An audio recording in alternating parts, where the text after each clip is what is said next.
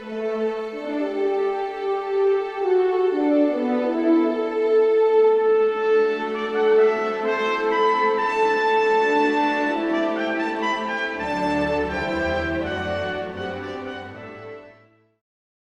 guys, and welcome back to another discussing concept show with Trekyards. I'm Captain Foley. I'm Connor Cookins.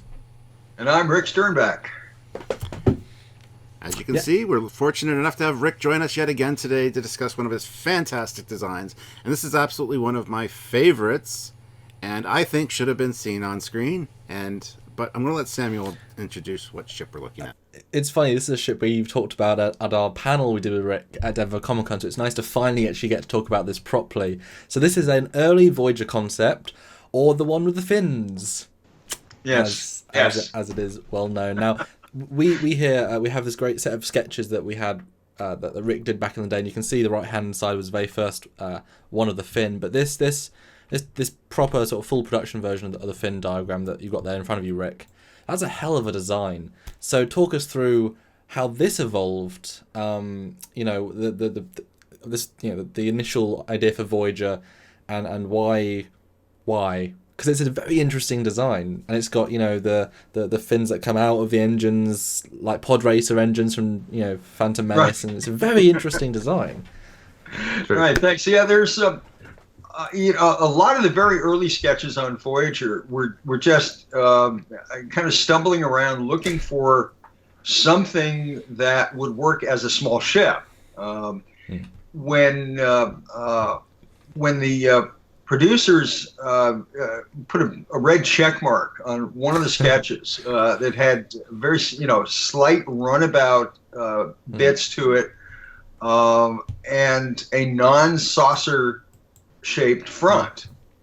Then I started developing that a bit more.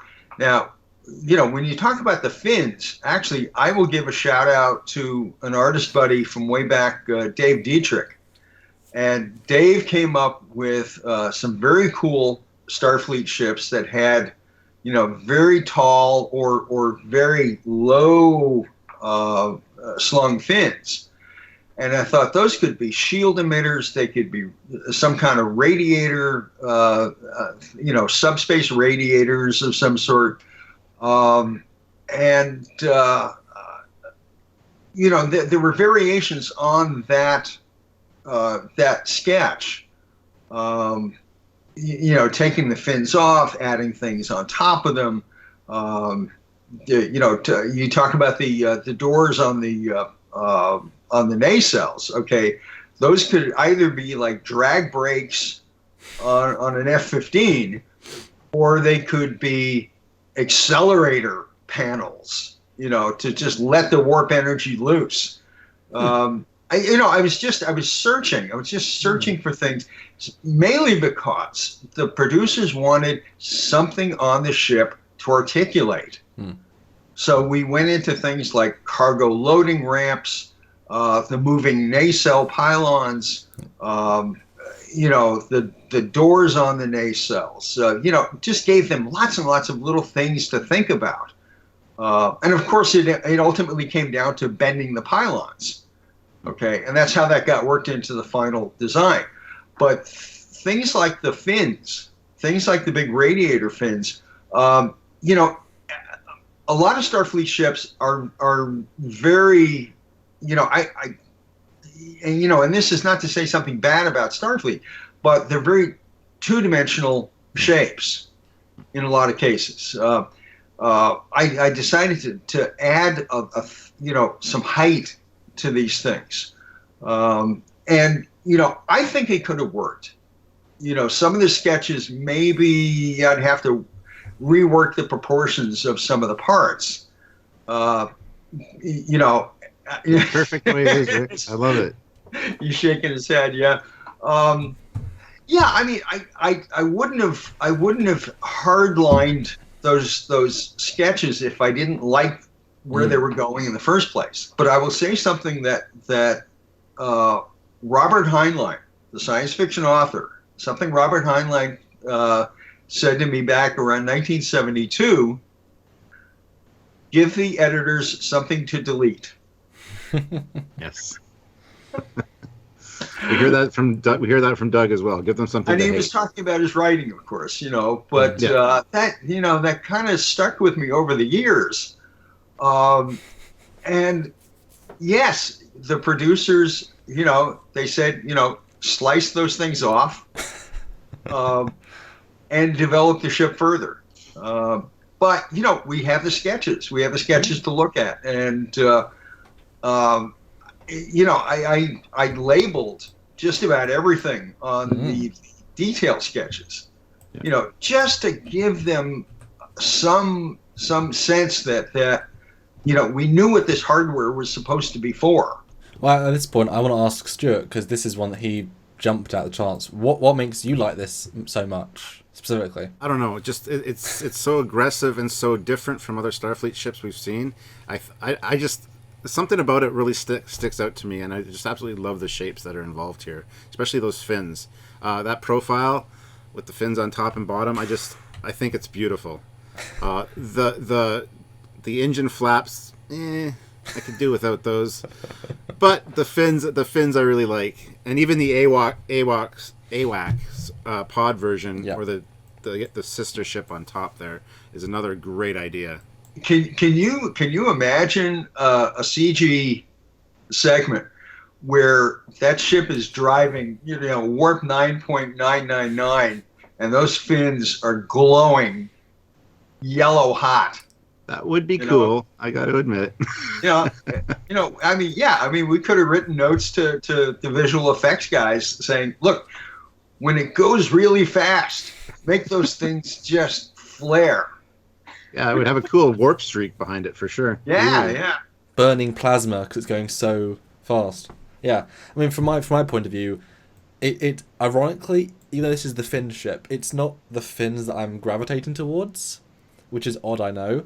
I really like the dimensionality of the hull. You've got the primary primary hull, but then you've got it sort of integrated into this secondary just component, which then has another layer, which then is like sort of an Enterprise D style bottom bit, but it's clearly layered, and then it ends at the back, and then has another layer coming down. I love the different levels. It's visually wonderful to look at, but it brings up so many more questions of, functionally speaking, what is this? What is that? Can parts separate? Are they interchangeable? I mean, although I just noticed, Rick, if you take out the top fin and you flip the top bit upside down, that's the bottom of the Enterprise D, isn't it? With the two phaser strips there and kind of like the going up in the cells. That's very similar to that. So you've kind of flipped that geometry down, which is interesting. It is similar, yeah. That 3/4 perspective shot of the ship with the fins, or with the little daughter craft on top, I think I had a sense that maybe that forward hull could separate, and it really fit into a socket. A very thick dimensional kind of structure, and the fact that I drew things in steps and layers. I think a lot of that comes from visual effects, talking about positive and negative detail, what things could create interesting shadows, and get the miniature away from looking like a miniature and more like a real object, of massive size. Well, I mean, looking at this, I remember when they talk about the Enterprise D, the big miniature, the first one done by ILM, it was a very expensive and very complicated ship because it's all curves and it's all one big piece that's to separate. So you look at this design and it's actually lots of separate pieces, so it'd be cheaper to make, easier to, if you need to change the electronics, you just pull the saucer element out or the primary module and just fiddle with things inside. So I really love that, and that's what works for me. Although you mentioned off camera and just a few minutes ago about the proportions. Do you want to go into more detail about why? Because I see this and I think this works for the most part. Yeah. What proportionally doesn't work for you, and why? I think the engines could probably be scaled down, scaled down at least 40%, maybe more. But maybe I'm thinking of the final Voyager and thinking of those nacelles which some people have said are too small. That's one of the things. That's one of the beefs I have with Voyager. I think they're a little too small. It just shows advancement. But I think maybe split the difference between the final Voyager nacelles and the ones in this early sketch. And sometimes I just start sketching in blue pencil, and it gets away from me. And it just fills up the paper. And luckily we had photocopiers in the office that could do scaling, and I could fiddle with the shapes and add bits and pieces like that AWACS or separatable craft on top. A lot of these were in hindsight, a lot of this was really just exploring shapes and exploring possible components. And then along the way, getting directives from the producers, after the big physical mock-up was built. So you just mentioned exploring shapes. So like to boldly go where no designer had gone before, could we say? Boldly stepping along the same route that's been stepped along a number of times, but trying to find little ways of evolving the shapes. Okay, and when I say evolving, look at the Equinox and look at the Prometheus. Stylistically, you can't mistake that for somebody else's ship. But a lot of the individual components changed over time, and I was trying to explore that with the early Voyager stuff. We had a lot of examples of ships that we could study in CG. We had a lot of physical miniatures that we could look back on, and how do you come up with something new and different and interesting, but still be recognizable as Starfleet. Yeah. I want to jump back to disproportionate for a sec. Would you say this, looking at this version of it, would you say this would be about the same size as Voyager in terms of length, or is it bigger or smaller, do you think?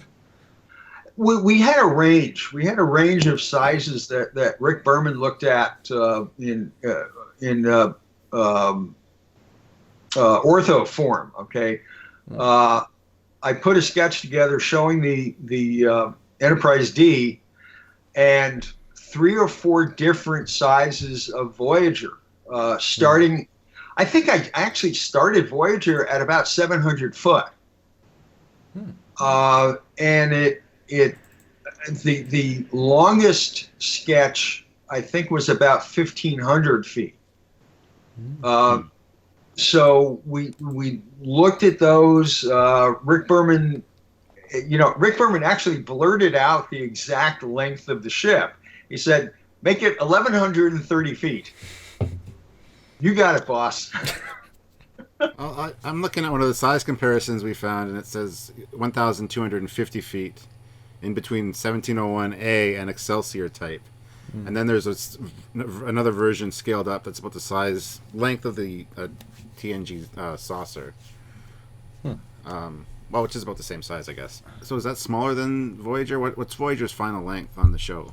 1,130 feet. 1,130, okay. Well, it's just a little bit longer. It's about the same size as the Connie, just about. They're actually pretty comparable. Yeah, well, I think the extra length on this one would probably be the longer nacelles. I mean, the main bulk of the ship would be the same. Well, because that's what I was leading into with the question. I mean, when I look at this ship, I see... You're right, I had never considered...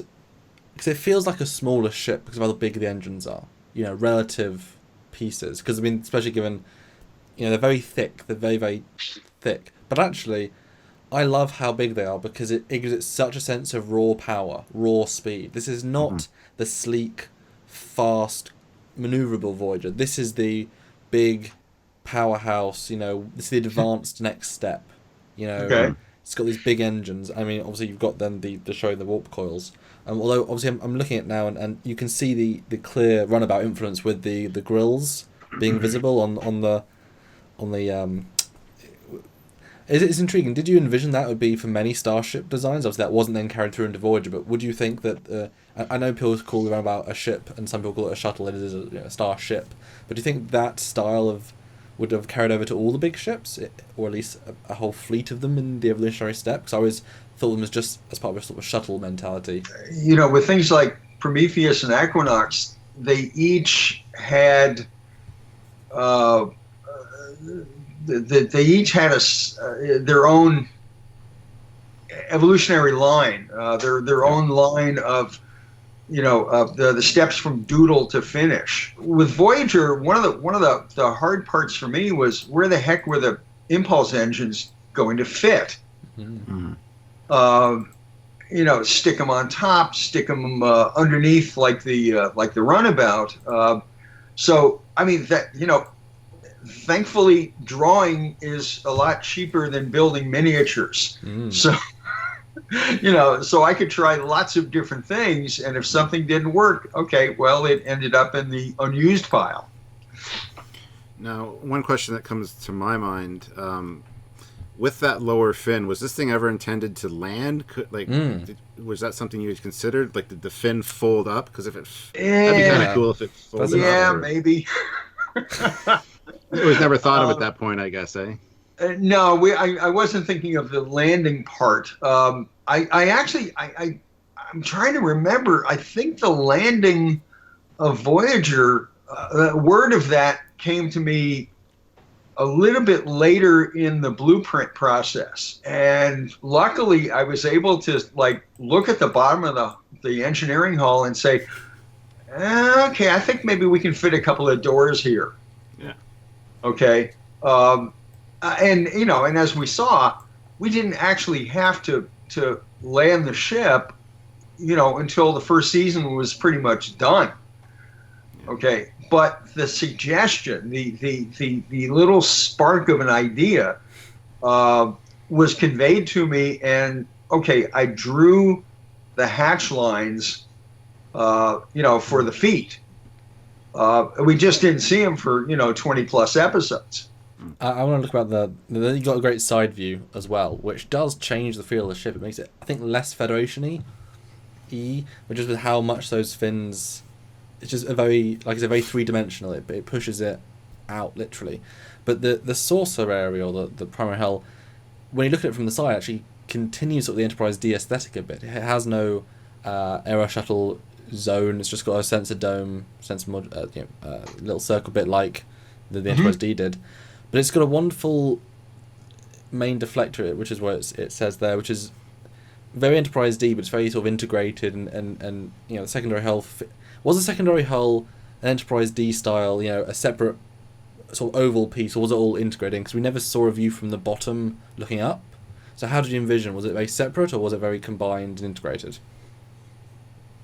I think, as I said some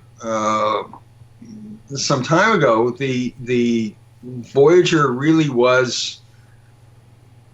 It was heading along this line of the Enterprise D, just in a different shape. So we had the D to look at. Deflector grid, phaser strips, transport emitters, all of this stuff could have been taken right off the D and stuck onto a new basic shape. With the main deflector, I figured, okay, yes, we were going to need a main deflector. Quite important, the basics of big Starfleet ships were primary hull, secondary hull, some interconnection between the two, and the nacelles. I didn't get into things like the deflector cowling or the deflector hardware itself until much later. Well, I'm just thinking if a 3D modeler out there wants to build this in 3D to represent your vision, now looking at it now, do you think it would have had? Because if you look at the top, the sort of 3/4 view, it feels like it's very separated. More like the New Orleans. It's like an Enterprise D, just put on the bottom. Or do you think it'd be more the Voyager format, where it's just sort of stuck on the bottom, it's integrated? Which way do you think you would have gone with this, Rick? Definitively, and modelers can make their own. Along the way, I think the producers said, the ship was not going to separate, so everything became blended. And when it came time to build the mock-up, the deflector was right there inside its, very familiar-looking cowling. Again, along the way, a lot of these things got firmed up. So that side view of the ship that you've got with the fins, I think that engineering hull would have been a very familiar looking engineering hull. Well, because you mentioned again 3/4, it looks as if the thing can separate, at least that it can pull out. So it couldn't necessarily be fully integrated. Yeah. Well, that's what we're looking at, obviously, this version of the ship. So it would have to be somewhat disconnected from at least that portion, depending on where the separation plane is, just to alleviate the destruction of your deflector every time. Yeah, I mean, if the producers had said yes, we want the primary hull to separate, I think that deflector cowling and that engineering hull would have. They probably would not have been designed a whole lot differently. But if you notice from the 3/4 view, the primary hull has a secondary deflector already. Mm-hmm. So a lot of those shapes, you can trace a lot of those shapes right to the final. Mainly because I wanted a breakup of the surface, with some interesting bits, okay? And even if, as a viewer, if you don't know exactly what they are, doesn't matter. You find out along the way. And then 30 years later, Trekyards says, Rick, what is that? And you say, it's this. That's what we do. So, Rick, on the other version that doesn't have the upper fin, it's got like a daughter ship, as you said. It looks very similar in design to the Aeon, which we later see in, I forget the name of the episode offhand. Future's End. Future's End. Part 1. Was that just the advantage of using that shape that you had already designed and just using it for another ship? The fact that the AWACS thingy looks a little bit like the Aeon, I think that's mainly just, Starfleet, pointy little ship.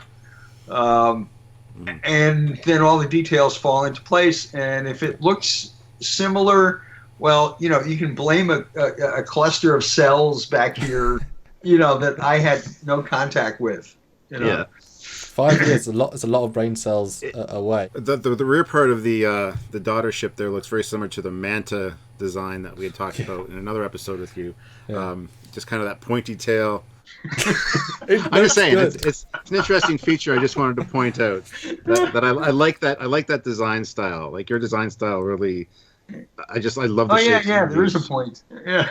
I love the shapes you use. So Rick, we're at the end of the show now, but as we always ask, what was your favourite thing about the design, your least favourite, and if you could change one thing to make this version of the ship a final Federation, what would you do?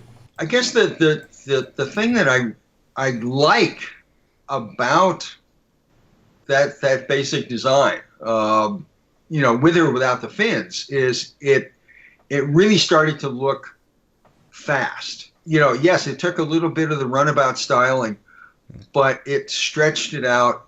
It made things a bit more streamlined. So I'm not a huge fan of the total look, but I really like what that general shape was starting to say. So I love that. Least favorite, I think, would have been I think the least favorite thing would have been that socket that the primary hull sort of kind of fit into. Okay. I think it was a bit blocky in retrospect. Not very, not very aesthetically pleasing. Yeah. Oh, I would have taken a grinder to that and just, smoothed it down. Yeah. Yeah. Beautiful. Well, with all that being said, I disagree with you, Rick. I like it just the way it is. It's perfect. I appreciate that. Thank you. And I would love to see this in 3D, and we can do an episode on it, because this, again, these can't... Because, again, you, the way you draw these things, Rick, makes it feel completely fleshed out, completely there. So I love it. But anyway, guys, hope you guys love the show as well. Thank you, Rick, for joining us again and talking about another fantastic design you've done. Thanks a lot. Thank you. All right, and so until next time, guys, like, share, visit our Patreon if you can help us out that way, or even go over to Trekyards.com and click the donate button. But we will see you guys next time here on Trekyards. Until then, I'm Captain Foley. I am Connor Coggins. And I'm Rick Sternbach. Bye, everybody. Bye, guys.